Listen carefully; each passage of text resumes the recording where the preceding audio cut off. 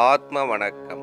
ஆத்மபிதா சுவாமி சிவானந்த பரமஹம்சர் அவர்கள் அருளிய உபதேசம்.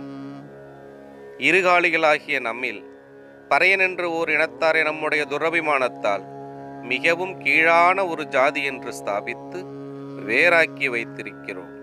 அப்படியுள்ள ஒரு பறையன் நாம் தூங்குகிற சமயத்தில் நமது அருகில் வந்து நம்மை தொட்டால் நாம் அறிவதுண்டோ?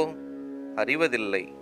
தூக்கம் வீழ்த்த பின் நாம் தூங்கும்போது நம்மை ஒரு பறையன் தொட்டிருந்தான், நாம் குளிக்க வேண்டும் என்று நினைப்பதுண்டோ?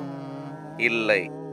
அதுவுமல்லாமல் மேற்சொன்ன பறையன் மிகவும் அருவருப்புக்கிடமான ஒரு உணவு உண்ணுவதுண்டு.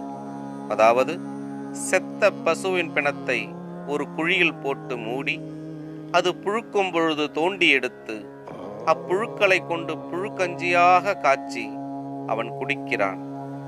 எனில் நாம் தூங்குகிற சமயத்தில் மேல் சொன்ன புழுக்கஞ்சியை அந்த பறையன் ஒரு கரண்டியில் எடுத்து நமது வாயை திறந்து வாயில் ஊற்றினான் என்றால் அது என்னவாகும்? தூக்கமானதால் அது உடனடியே உள்ளே இறங்கிவிடும். அப்பொழுது நமக்கு தெரியுமா? தெரியாது. அது என்ன காரணம்? நாம் தூங்குவதால்.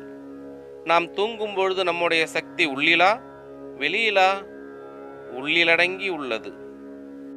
தன்னுடைய சக்தி தன்னிலிருந்து வெளியே வியாபிக்க அந்த சக்தியிலிருந்து சிருஷ்டிகள் உண்டாயின. தன்னால் சிருஷ்டிக்கப்படுகிற பொருட்களை தானே கட்டி பிடித்து புலம்புகிறோம். அதேபடி என்றால் நாம் இப்பொழுது ஒரு பலகையை கட்டி பிடித்து புலம்பிக் கொண்டிருந்தோம் அல்லவா? அதுபோலவே மேல் சொன்ன விஷயங்களையும் கட்டி பிடித்து அழுது கொண்டிருக்கிறோம்.